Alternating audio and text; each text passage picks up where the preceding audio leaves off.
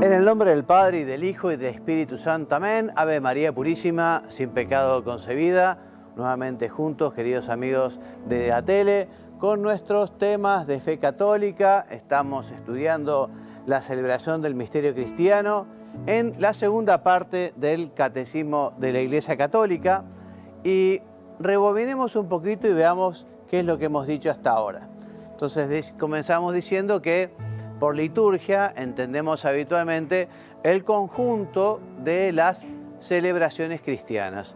Y la celebración más importante que realiza la Iglesia es la celebración del misterio pascual de nuestro Señor, su pasión, su muerte, su resurrección gloriosa, que se realiza de un modo misterioso, de un modo milagroso, en la Santa Misa, ¿no? Entonces, la liturgia es obra de la Iglesia, pero es obra de Cristo principalmente. Quien obra, quien celebra es el Cristo total, ¿eh? La cabeza de la Iglesia es Cristo y su cuerpo. El Señor actúa así a través de sus sacramentos, que son regalos suyos, que es una bendición muy particular de Dios para con los hombres, por el que les da la gracia que nos asemeja a Él. Y repetimos entonces, nuestro Señor está presente en su Iglesia principalmente en los actos litúrgicos y así lleva a cabo su obra de la salvación. Así continúa su obra de salvación. Ya habíamos dicho muchas veces que la misma Iglesia es sacramento de salvación porque justamente está llamada a continuar con la obra redentora de Cristo. Bueno, hablamos que la liturgia es obra de la Santísima Trinidad, obra del Padre que nos bendice, obra del Hijo que se encarnó y nos redimió, obra del Espíritu Santo que continúa santificándonos. Dijimos que el misterio pascual de los sacramentos, ¿no?, en el cual toda la vida litúrgica de la Iglesia gravita en torno al sacrificio eucarístico. Los sacramentos son de la Iglesia, son para la Iglesia, ¿no? La Iglesia vive de la Eucaristía, ¿no? Y veíamos cómo efectivamente los sacramentos, en primer lugar, son de Cristo, los instituyó nuestro Señor. No fue una buena idea de los apóstoles, sino que Cristo mismo nos dejó este conducto para dar su gracia, la gracia santificante, la gracia sacramental. Son sacramentos de la Iglesia, son para la Iglesia, son de la Iglesia los da, los ofrece y además ella misma se nutre y se enriquece con ella.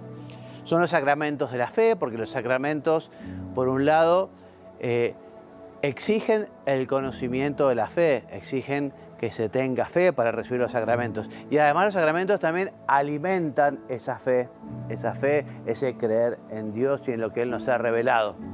Son sacramentos para la salvación, o sea, la misión de la Iglesia como sacramento, la misión de todos y cada uno de los sacramentos la misión es la santificación, o sea, la salvación, alcanzar la bienaventuranza eterna del cielo.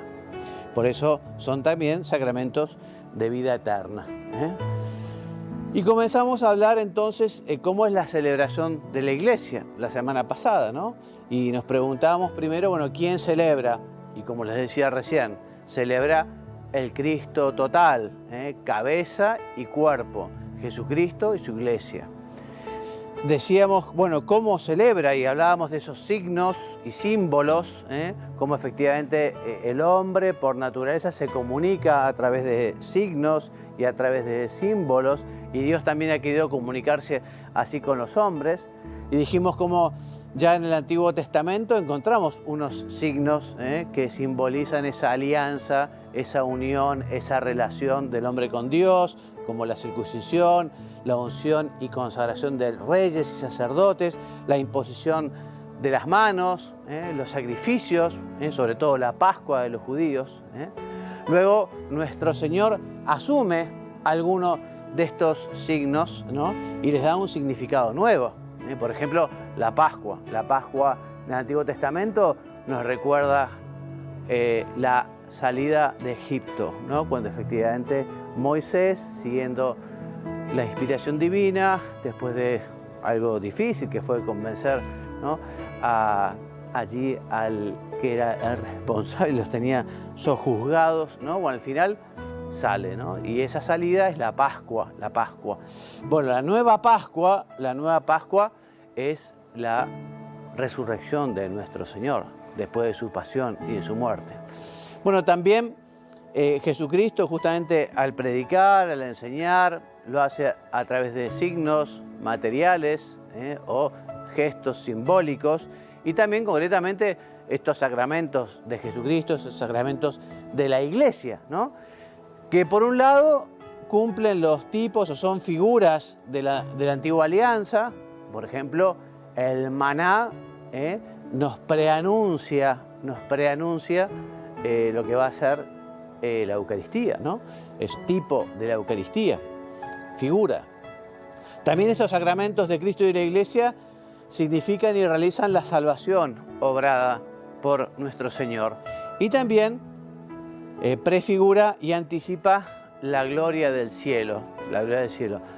Jesucristo nos dijo, quien come mi cuerpo y bebe mi sangre tendrá vida eterna, una promesa impresionante que nos hace nuestro Señor.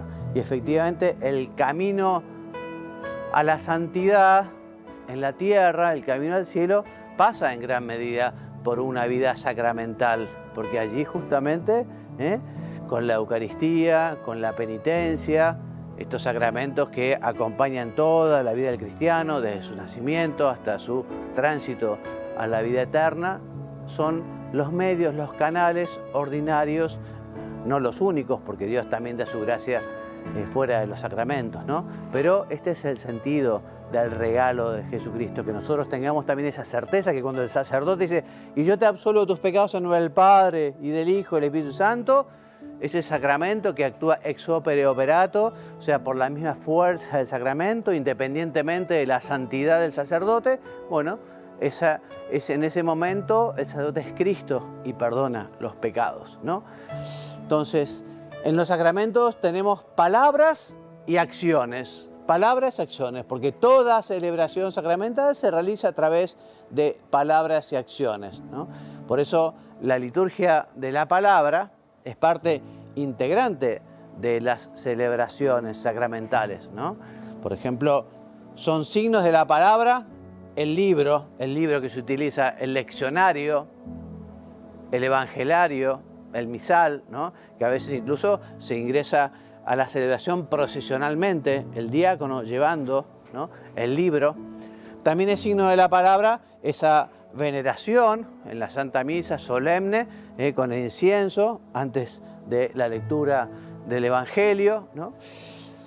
También esa lectura que es audible e inteligible por todos, la misma homilía que lo que hace fundamentalmente es avanzar, profundizar, comentar, explicar el texto de la palabra, ¿no?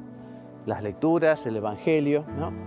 Y también las respuestas de la asamblea a la palabra, ¿no? O sea, las aclamaciones, los salmos de meditación, las letanías, la confesión de fe.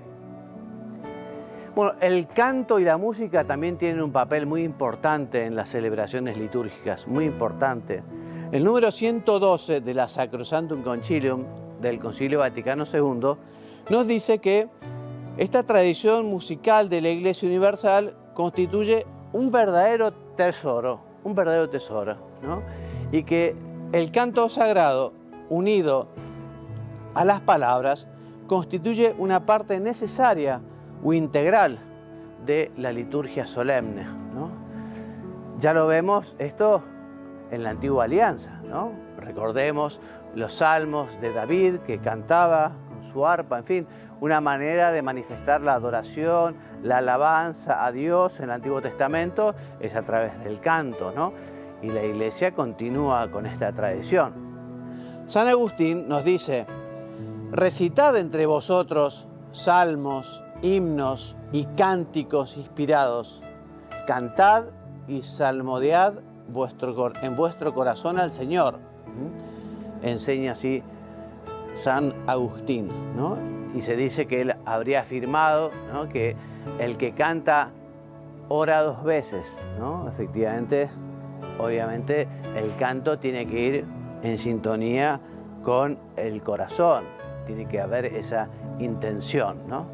Y por eso, al ser tan importante la música, al ser tan importante el canto, hay que tener en cuenta algunos criterios importantes a la hora justamente de crear o de cantar esas obras, ¿no?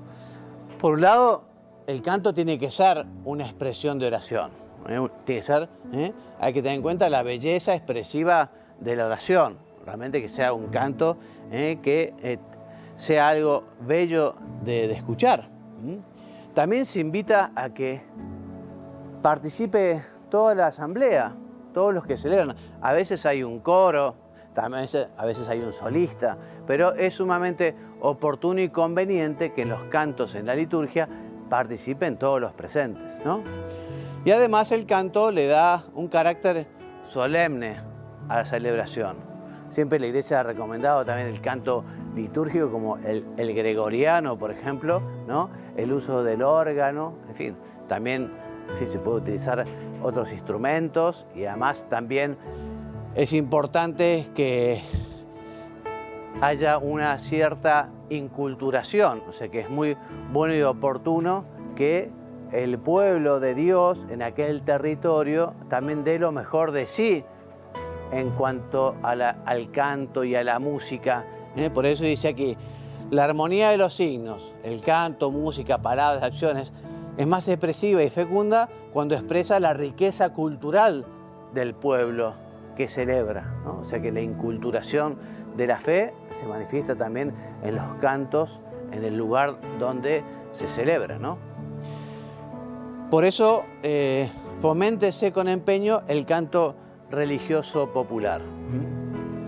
Los textos deben estar de acuerdo a la doctrina católica. Evidentemente no puede haber textos que contradigan las enseñanzas de la Iglesia, ¿no?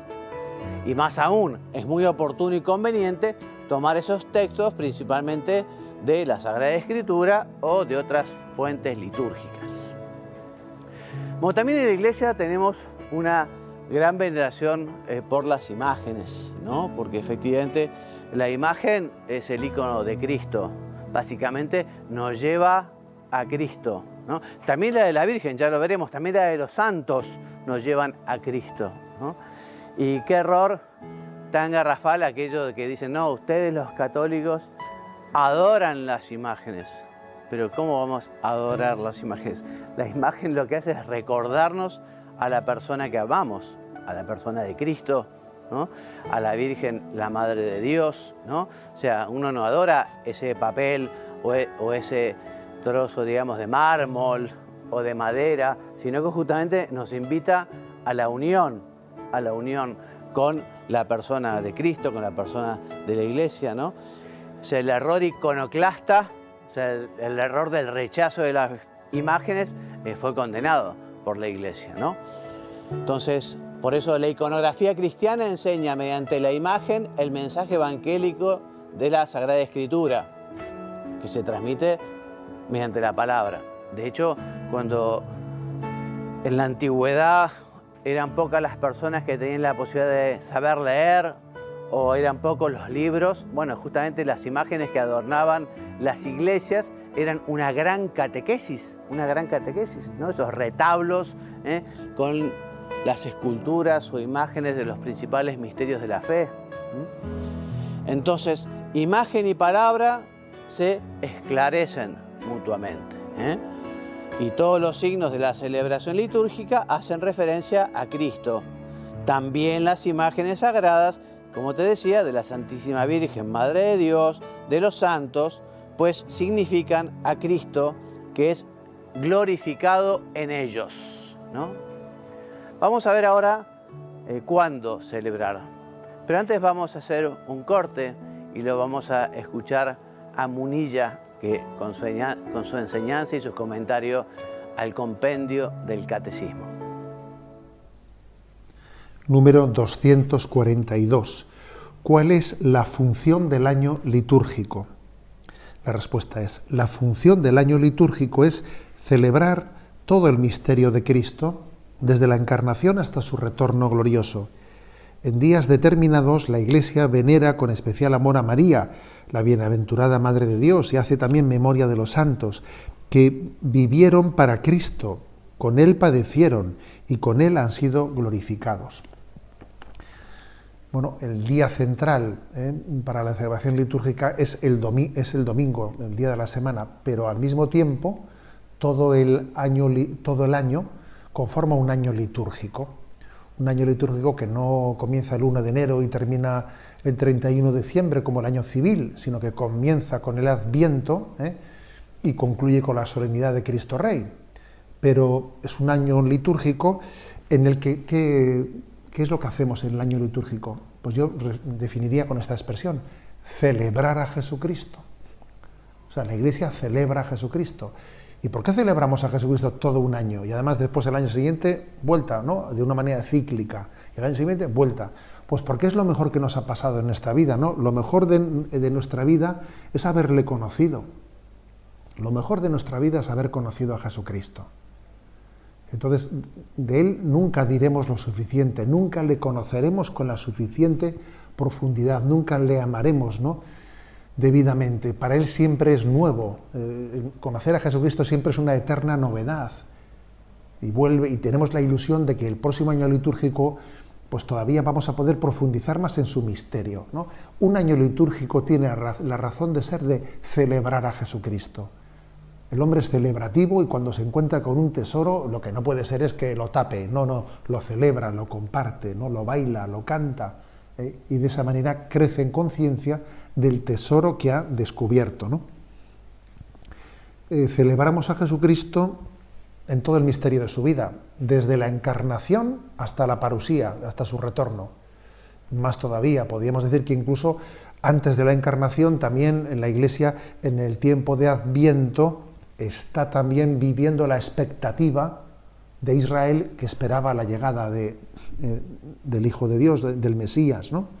Ojalá que se rasgase el cielo y Dios viniese a nosotros, ¿no? Ese es el Maranatá, ven Señor Jesús, es la espera. O sea, celebramos el misterio de Jesucristo incluso antes de su encarnación, en la espera a Jesucristo, y también más allá de su ascensión a los cielos y Pentecostés, en la espera de su retorno glorioso, ¿no? Sabiendo que de todo el año litúrgico, ¿cuál es, digamos, el eje central de todo el año litúrgico, de esos 365 días vividos litúrgicamente? El eje, el punto central es la Pascua, la celebración de la Pascua del Señor, del misterio de su muerte y resurrección. Es el lugar central. Se fue, dentro de la configuración de la liturgia de la Iglesia, la piedra sobre la que fue girando todo el año litúrgico. Y por cierto, es interesante saber que en el Concilio de Nicea, en el año 325, todas las iglesias se pusieron, me refiero, pues, porque también, hombre, iglesia había una, ¿no? Pero es verdad que habían tradiciones orientales y occidentales muy distintas, y en el Concilio de Nicea, 325, todas esas iglesias se pusieron de acuerdo para celebrar la Pascua cristiana el domingo que sigue al plenilunio, que se llama el día 14 del mes Nisan.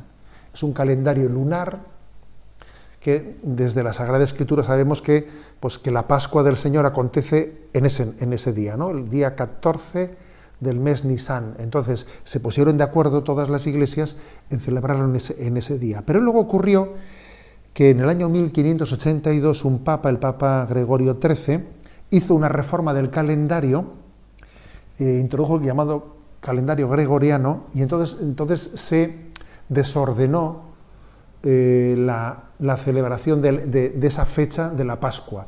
Y desde entonces hay un pequeño lío, porque las iglesias orientales, los occidentales, no celebran en el mismo día la Pascua. Entonces uno va a Jerusalén, igual dice, anda, si están aquí los ortodoxos celebrando la Pascua. Bueno, y uno de los, quizás, de los pasos ecuménicos más inmediatos y más próximos, que quizás esperamos que podamos verlo, el Papa Francisco lo ha insistido muchas veces, es el que podamos llegar a un acuerdo para llegar a celebrar el mismo día la Pascua la Pascua a todas las iglesias cristianas, porque es una pena que en un tema como ese, de tener a Cristo en el centro de nuestra vida, pues no tengamos una celebración conjunta, porque celebrar conjuntamente manifiesta más nuestra unión en la fe en torno al misterio central de Jesucristo. Tenemos que rezar, porque sería un paso ecuménico muy, muy concreto y muy práctico, ¿no? También digamos lo siguiente, que bueno, dice este punto, ¿no?, que estamos comentando, el 242, celebramos a Jesucristo, los misterios de su vida, pero al mismo tiempo, a lo largo de todo el año litúrgico, se reparte el santoral, la celebración de todos los santos a lo largo de todo el año, ¿no? Y la celebración de los santos, ¿no?, pues en todos los diversos días, cada día del año se celebran muchos santos en un solo día, ¿no? Son como el fruto de la redención de Cristo. Son como el misterio pascual, porque la muerte y resurrección de Jesucristo, por ejemplo, ha acontecido en los mártires, en todos los mártires cuya fiesta litúrgica celebramos, ¿no? Luego, la celebración de los santos no nos descentra de la centralidad de Jesucristo. El calendario litúrgico es cristocéntrico, y la celebración de los santos está proclamando el fruto de la redención de Jesucristo.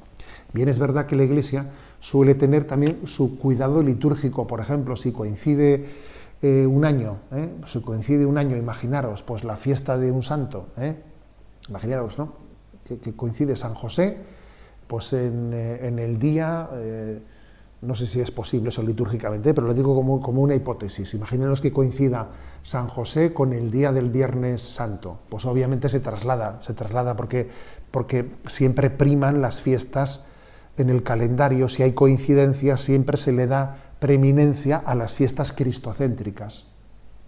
Y si en algún año hay alguna coincidencia, pues se traslada o se deja para otro momento, ¿no? La celebración de los santos no nos descentra de la centralidad del misterio de Cristo, más bien lo que hace es relucir en toda su belleza, relucir en la belleza del don de Jesucristo, también reflejado en el rostro de los santos.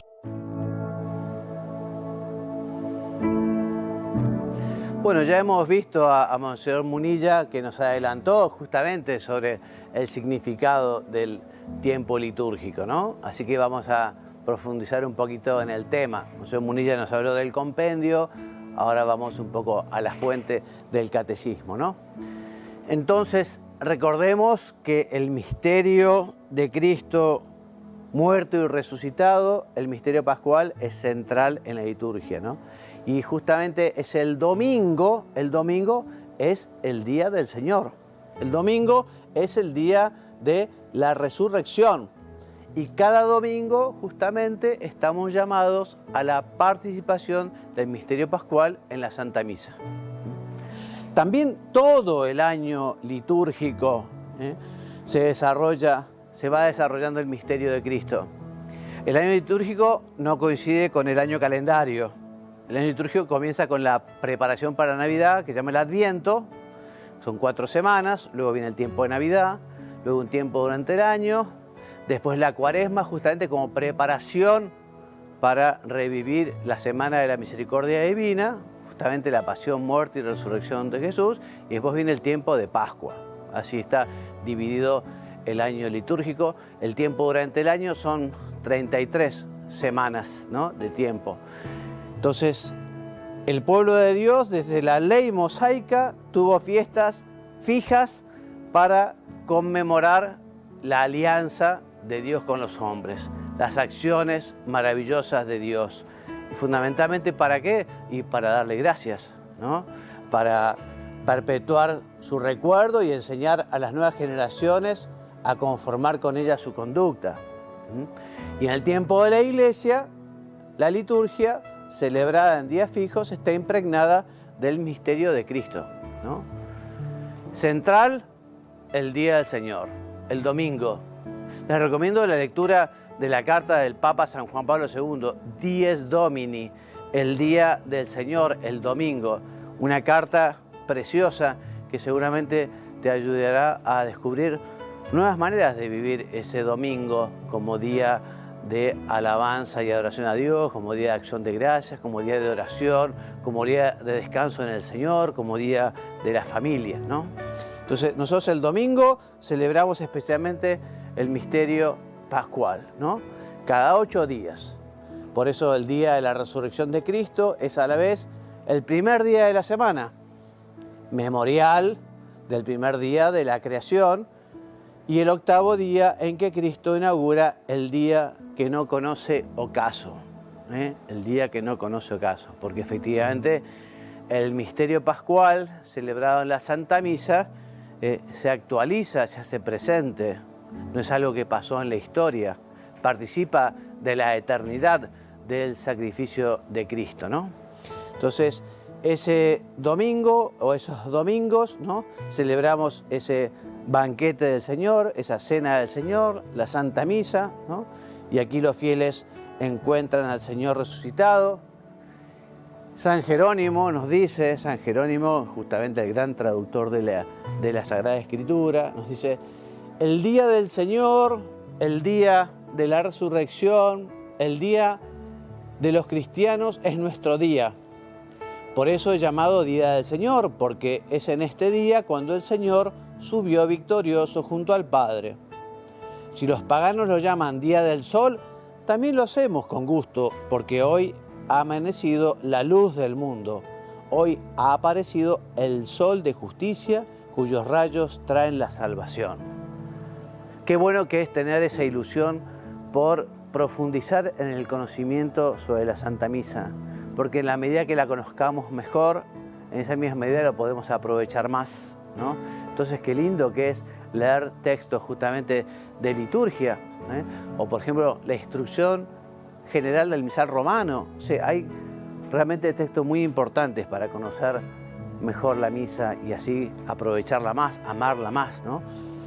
El domingo es el día por excelencia de la asamblea litúrgica en que los fieles, escuchando la palabra de Dios y participando en la Eucaristía, reviven la pasión, la resurrección y la gloria del Señor Jesús y dan gracias a Dios que les hizo renacer a la esperanza viva por la resurrección de Jesucristo de entre los muertos, ¿no?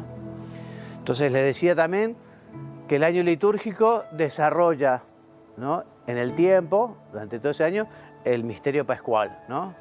Y esto vale particularmente para estas fiestas centrales de la vida del Señor, ¿no? Su encarnación, la anunciación, la Navidad, la Epifanía, ¿no? O sea, que conmemoran justamente el comienzo de nuestra salvación y nos comunican las primicias del misterio pascual, ¿no? O sea que el año litúrgico no son meras efemérides, así recordatorios, sino que nosotros tenemos que revivir, vivir con Cristo esos momentos importantes de su vida en la tierra. Y la Pascua, te decía, no es simplemente una fiesta entre otras fiestas, sino que es la fiesta de las fiestas, la solemnidad de las solemnidades, como también la Eucaristía es el sacramento de los sacramentos.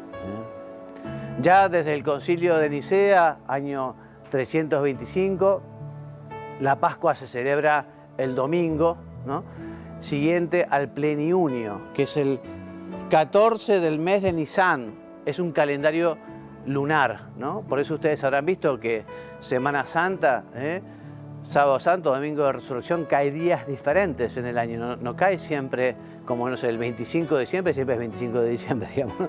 Pero en cambio la Pascua cambia porque justamente sigue el pleniunio, ¿no? O sea, sigue el calendario lunar. También durante el año litúrgico celebramos algunos santos, ¿no? Especialmente a la Santísima Virgen, Madre de Dios, la Madre de nuestro Señor, y nos da muchísimo gusto y con muchísimo cariño celebramos sus fiestas, sus solemnidades, ¿no? En ella la Iglesia, ¿no?, mira y exalta el fruto excelente de la redención, ¿no? O sea que en la Virgen María vemos cuál es el fruto, Cristo mismo. Cristo, la Virgen nos da a Cristo. Y la Iglesia también contempla a la Virgen y meditando y reflexionando sobre ella, porque es lo que la Iglesia quiere llegar a ser. La Iglesia espera ser como la Santísima Virgen, ¿no? Entonces, y también la Iglesia hace memoria de los mártires y de los demás santos que propone a todos los hombres, a todos los fieles, como ejemplos, ¿no? En la Iglesia se reza la llamada liturgia de las horas, también se llama oficio divino, también se dice el breviario, ¿no? Que es una oración que se reza durante el curso del día y parte de la noche con la idea, con el fin, con el objetivo de alabar a Dios, ¿no? Es una oración pública de la Iglesia en la cual los fieles, sean clérigos, religiosos, laicos, ejercen su sacerdocio común, el sacerdocio de los bautizados, ¿no? Es la misma esposa, la Iglesia, la que habla, la que alaba al esposo, Cristo. Es la oración de Cristo con su mismo cuerpo que hace al Padre. La oración de Cristo cabeza, con su cuerpo que es la Iglesia, agradeciendo al Padre. Los pastores de almas, los sacerdotes, rezarán el oficio litúrgico o el oficio divino, pero también procurarán que la liturgia de las horas se recen, especialmente de las vísperas, ¿no? En comunidad, los días domingo o las fiestas solemnes.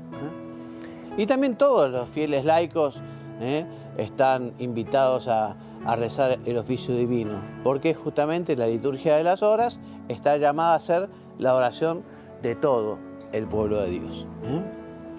Así que celebrar la liturgia de las horas exige armonizar la voz con el corazón y adquirir una instrucción litúrgica y bíblica más rica, especialmente sobre los salmos, porque efectivamente cada parte del oficio divino está compuesto por salmos, ¿no? O sea, se suele empezar con un oficio de lectura, luego se reza por la mañana, laudes con sus salmos, una hora intermedia, a la noche las vísperas con sus salmos, incluso por la noche las completas también con sus salmos, así que en fin, es esa oración que llega al cielo y que tiene que ser como una ofrenda hecha a Dios, una oración que sube al cielo.